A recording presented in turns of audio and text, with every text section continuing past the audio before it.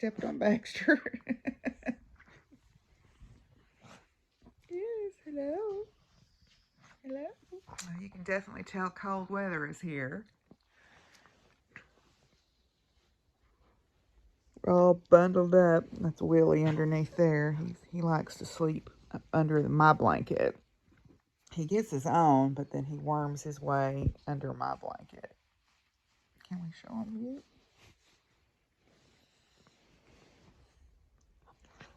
And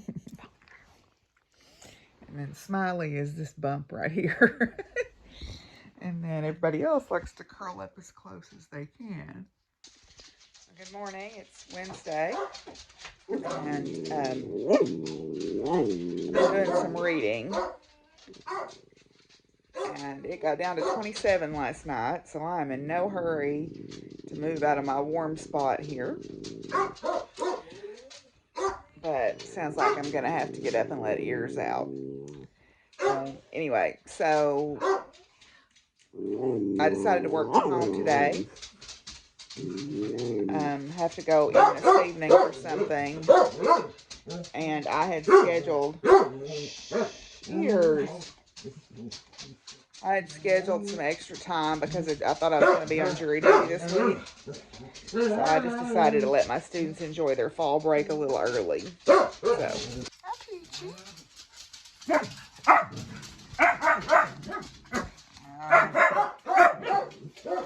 Everybody's waking up. Hi, Peachy. He's a good girl. Hi, Fizz. You're a good girl. Well, good morning, everybody. I just got out of a Zoom meeting. I actually decided to work from home today to catch up on my grading, get my exams finished so that my students wouldn't have to wait over fall break to see how they did. And I am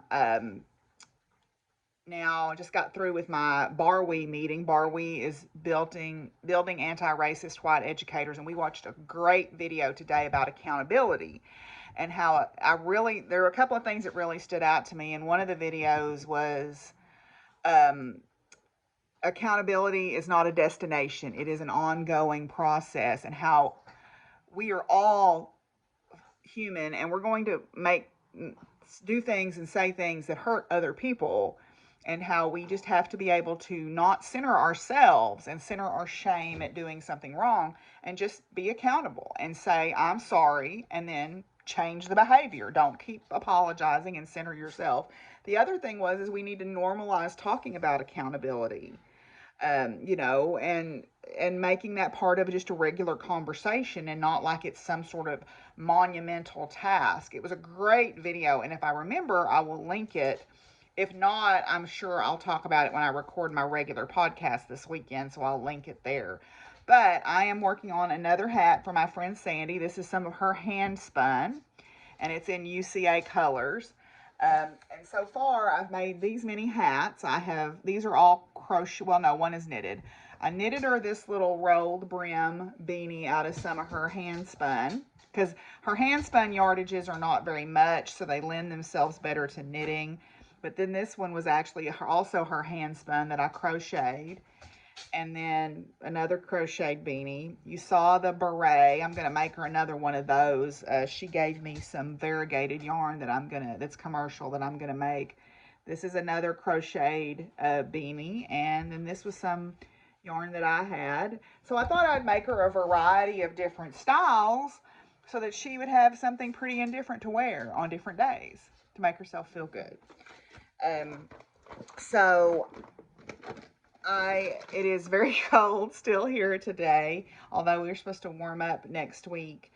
I need to go out and do chores because today is my friend Amy's 50th birthday. And so she is having a 50th birthday ladies dinner, women's dinner, her girl gang, as she calls us, tonight. So I want to go to that. So I need to go out and do my chores, and then I'll need to leave here about 4 o'clock to go down there. So I need to start getting ready about 3 o'clock. So I need to go out and do my chores and put out hay and do all that good stuff. The horses were not at all interested in their hay yesterday, as you saw, but the cows will want some, I'm sure. So I'm going to finish up this couple of rounds on this and get to a good stopping spot and finish up with a video that I'm watching and then go do my chores.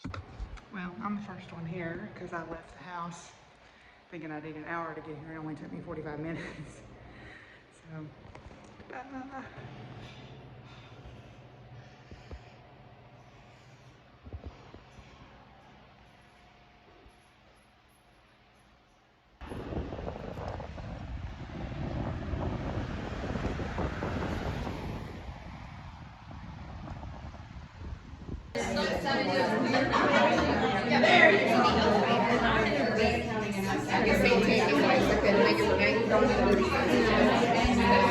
not kidding that I want to, like my grandmother used to say, give me roses while I can still smell them. And my brother was just on the phone and reminded me of that. And so I want to go around, even though it's awkward, but awkward is okay. And I want to hear one thing that you love about me. White supremacy is terrible and give me a fun birthday present. Happy birthday! Actually.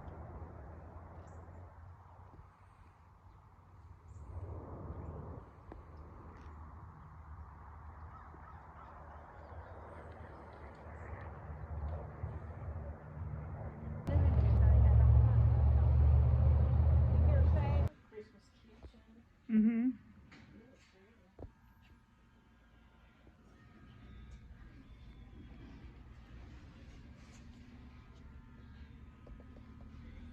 These are cool.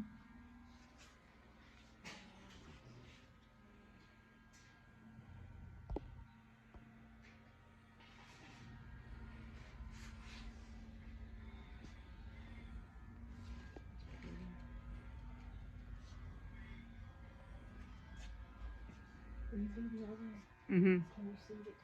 You bet.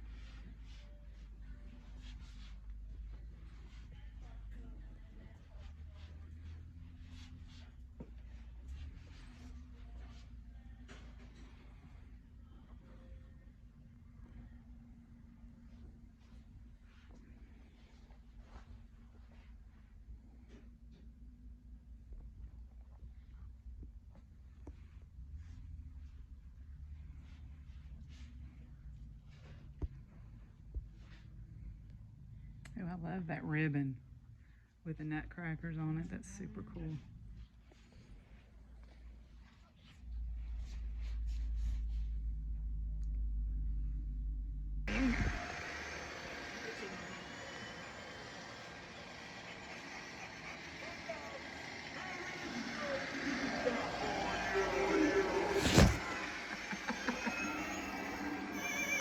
Oh, how cool.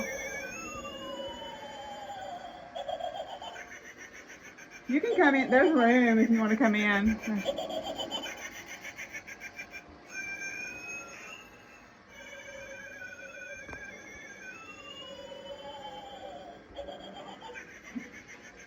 This is funny. I like it.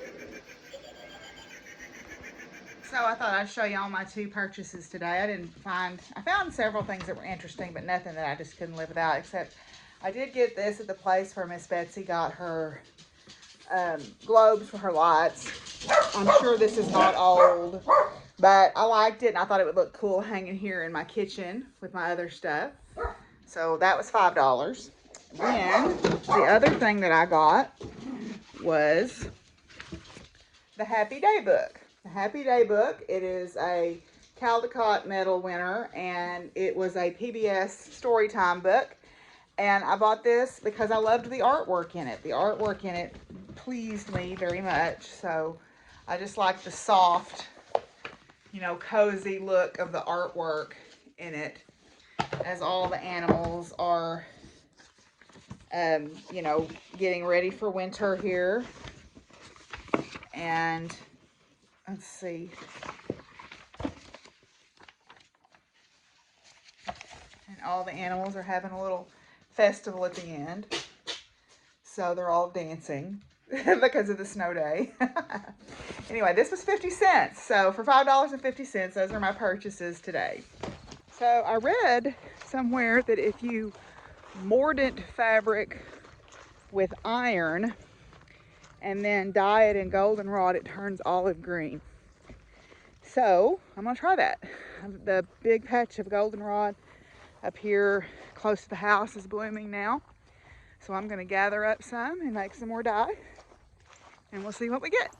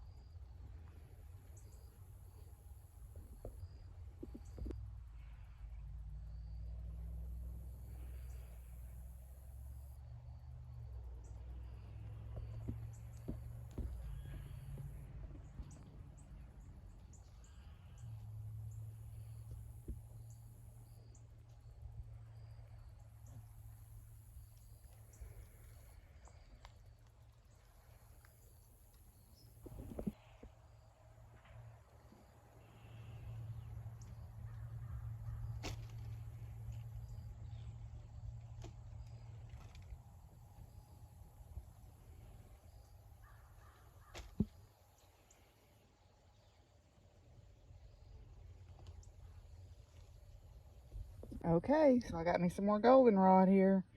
We'll see what we can get done. Hey guys. Hey buddy. Hi Pumpkin. Hi Pumpkin, you're a good girl. Yes, you're a good girl. Hi Charlie. Hi Charlie. Hi Pumpkin. Hi. You've learned that pets can be good, right? Not all people hurt. Not all people hurt. No. Okay, so I'm mordanting some cross stitch fabric here. There's a piece of like beige, a pale blue, a gray, light gray, and then a white piece in here. And then here's my goldenrod. I'm going to let this simmer most of the afternoon. And I'm going to let this mordant, and then we'll see what we get after some time. All right, I finished my Restless crochet shawl here. This is a pattern by Sweetie Clark. It is a free pattern on Ravelry. Now, I did modify it some to make it bigger. I added this light section because I wanted to use up every bit of this yarn. So I went back and picked up on this side after I had finished this side and added this light colored yarn and just used it all up. And then I made it quite a bit bigger this direction than the pattern called for. But I wanted to use up all of these 4 skeins of yarn. These are all DK weight yarn by Kim Marie's Knit Knacks. Kim Marie is no longer with us, but I had bought these from her trunk show at Knit Two Together, which is now also closed, which makes me very sad. But this one was a potion, magic potion. This one was black plum. This one was fancy, a game of Clue. And then this one is I've always preferred wildflowers. And so this is a really nice big crocheted shawl. And of course Simon approves here because he's in the way.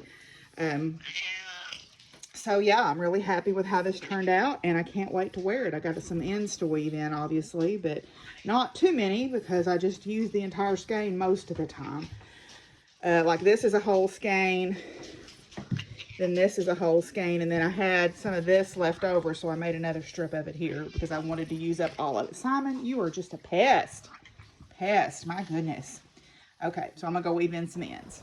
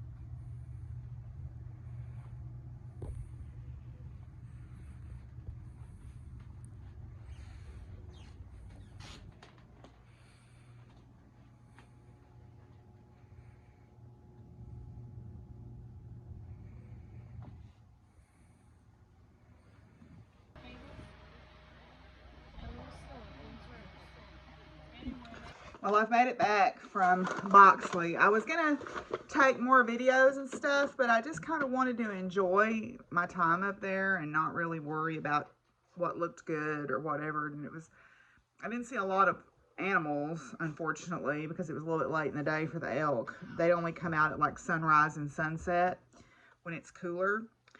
But I enjoyed the Color Fest. I met some really great, interesting people. It was a small craft fair, but there were some really cool people there. The first person that I met that I thought was really super interesting was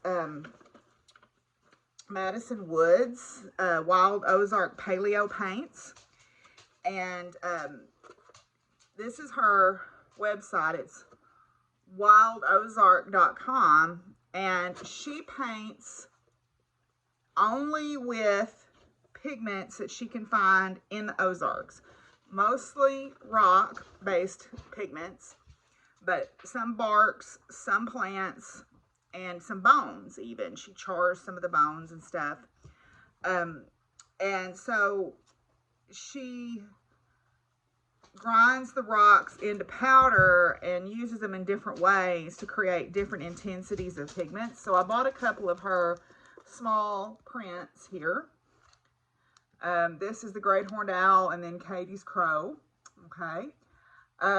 It was really interesting to talk to her. She had a notebook there. I didn't want to take too many pictures of it because I didn't know, she wasn't at the booth when I first walked up, but she went through everything with me and showed it all to me, and it was really interesting. But if you go on her website, wildozark.com, you can learn a whole lot more about her art and about her process.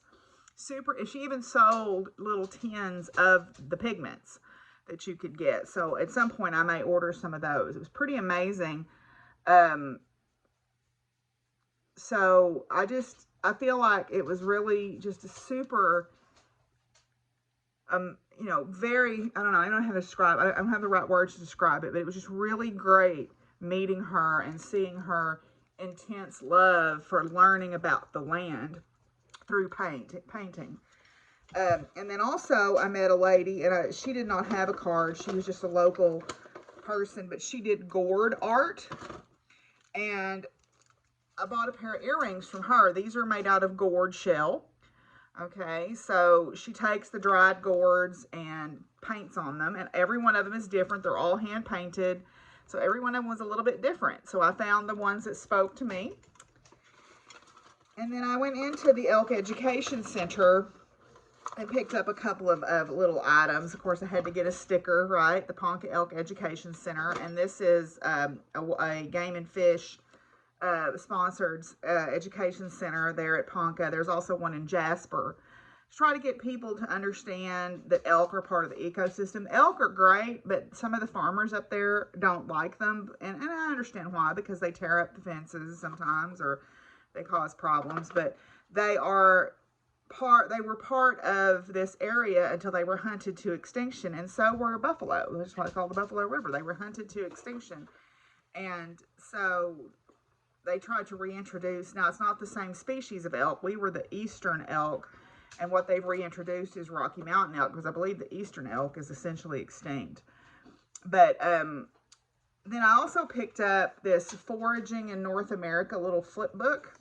It says the top 12 plants to seek out, and it's got a map, a range map for these ones, and they include things like cattail, chickweed, garlic mustard, dandelions, lamb's quarters, nettles, pigweed, purslane, sheep sorrel, Virginia waterleaf, which is one I don't know, wild grape, and wintercress. And they are, and what it has in it, it has information on each plant and what parts are edible. And then it has a few easy recipes in here. So I thought this was a neat little flip book. It wasn't super expensive, so I thought I would pick one up. So these are all, I think it has a great job of kind of showing some very good pictures.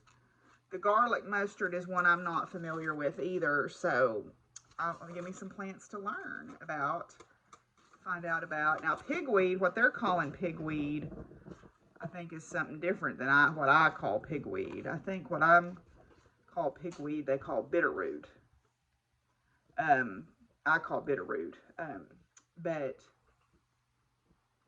yeah, fishy. Yeah, so yeah, but pigweed, this is one, I think I call that bitterroot, but I'm not sure that it's a member of the amaranth family. But at any rate, so I picked that up. I thought that would be kind of neat. And so that was all I gathered up. It was a beautiful drive up there. The foliage was perfect. The road wasn't too busy. I took, it's a long winding road to get up there, and then I took a slightly different route to come back. So I kind of made a big loop, more or less, and it was really lovely, and I'm glad that I went. I have not been up there in a long time. I was sad to find out, though, that my Canon 50D has finally died. I'd had it for about 15 years, and it was a refurbished one when I got it. It's taken thousands and thousands of photographs, so it had a good life. I'm going to have to start shopping for a new camera, which is not going to be cheap, but that'll be something I do in the springtime. Maybe that'll be my reward for the Mindful Make-Along. So it was a beautiful, beautiful drive. I really had a great time, and I'm glad that I went. So, yay. I've got my natural dyeing is processing right now, but I think I'll show that in the next video. So we'll probably end up here with our cards. Are you going to participate, Baxter? Okay. All right, so today's cards, the first one is Oppression, which is the Wawalock. The Wawalock, as both goddesses and mothers, the Wawalock symbolize the unending force of life in all women, a force that can never be oppressed for long. Accordingly, they are associated with oppression. During the dream time, the mythic period when gods and goddesses still walked the earth, the Wawalock, a pair of Australian Aboriginal sister goddesses, accidentally polluted the sacred waterhole of the great rainbow serpent with a single drop of menstrual blood. Rains poured down in angry response, and the waterhole flooded. The two sisters sang, hoping to appease the serpent, as well as to protect their newborn babies. But the serpent emerged from the waterhole, swallowed the sisters and their infants in a huge gulp. Oppressed by darkness and fear and guilt, the Wawalocks wept within the belly of the serpent until they were reborn from its mouth back into the light. Often we feel oppressed, as the Wawalock must have been inside the great rainbow serpent. It is difficult to imagine life improving. All we can see is a never-ending darkness. The appearance of this card suggests, while this situation is painful, it will not last. Okay? So I like that. The life force of women which cannot be oppressed for long. Watch out, patriarchy. We're coming for you. Then we have the star, which is Inanna. Inanna, the great goddess of the Bronze Age, was said to be clothed with the stars, with the zodiac wrapped around her waist as a celestial girdle. In Samaria, she was worshipped 5,000, where she was worshipped 5,000 years, In Samaria, where she was worshipped 5,000 years ago, Inanna is honored as the Queen of Heaven. Appropriately, her temple was called Iana, or House of Heaven. Besides ruling over the heavens, Inanna was credited with the power of the most important aspects of Sumerian life. Because they believed that all moisture was caused by the moon, Inanna was also the goddess of rain clouds, necessary to that arid land where little water was available for growing grain. Inanna is affiliated here with the star. No, leave the cats alone. No. Hey, Raya. No. Oy. The star is a reminder to follow your dreams without fear or censure. Often we wait for external signs of support before we allow ourselves to reach for what we most want. This card reminds us that we are supported in more ways than we realize. With work, we are fully capable of bringing our dreams into life. That is a great card. I love that card. So Inanna is one of the patron goddesses of my friend Marla, so I like Inanna a lot also. Anyway, so I'm going to end the video here, and we'll see you in a couple of days. Bye.